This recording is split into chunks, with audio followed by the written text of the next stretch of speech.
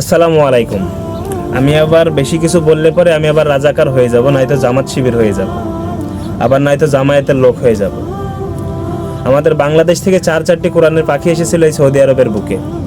তারা এই দেশ ভ্রমণ করার জন্য আসে নাই, তারা কোরআন তেলাওয়াতের প্রতিযোগিতায় এসেছিল। তাদের ভেতরে একটি ছেলে ছিল নুরউদ্দিন জাকারিয়া। সেই ছেলেটি 133টা দেশকে পিছনে ফেলে সে প্রথম হয়। তাকে এই সৌদি সরকার 1.5 লক্ষ রিয়াল উপহার করে পুরস্কার হিসাবে তাকে দেয়। আর যেই ছেলে আমাদের বাংলাদেশের মুখ উজ্জ্বল করে বাংলাদেশে ফিরে যায়, তখন তাকে কোনো এমপি মন্ত্রী এসে তাকে কোনো পুরস্কৃত করে না, এমনকি তাকে কোনো ফুলের মালা দিয়ে গ্রহণ করে নেয় না। আফসোস, এটাই হলো আমাদের বাংলাদেশ।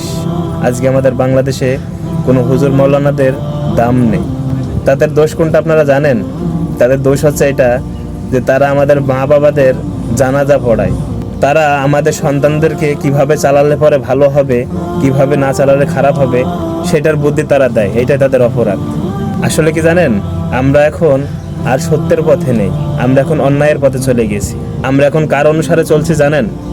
দাজ্জালের, যাকে বলা হয়েছে মাসিহ দাজ্জাল। তার ইশারায় এই দুনিয়া নাচবে।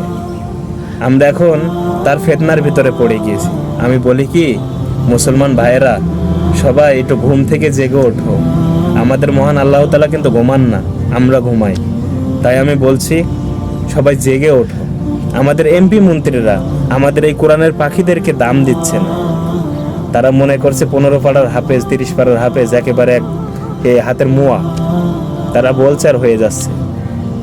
যে ছেলেটা কোরআনের হাফেজ হয়েছে সেই জানে কত রাত কত দিন এক করে তাকে এটা করতে হয়েছে।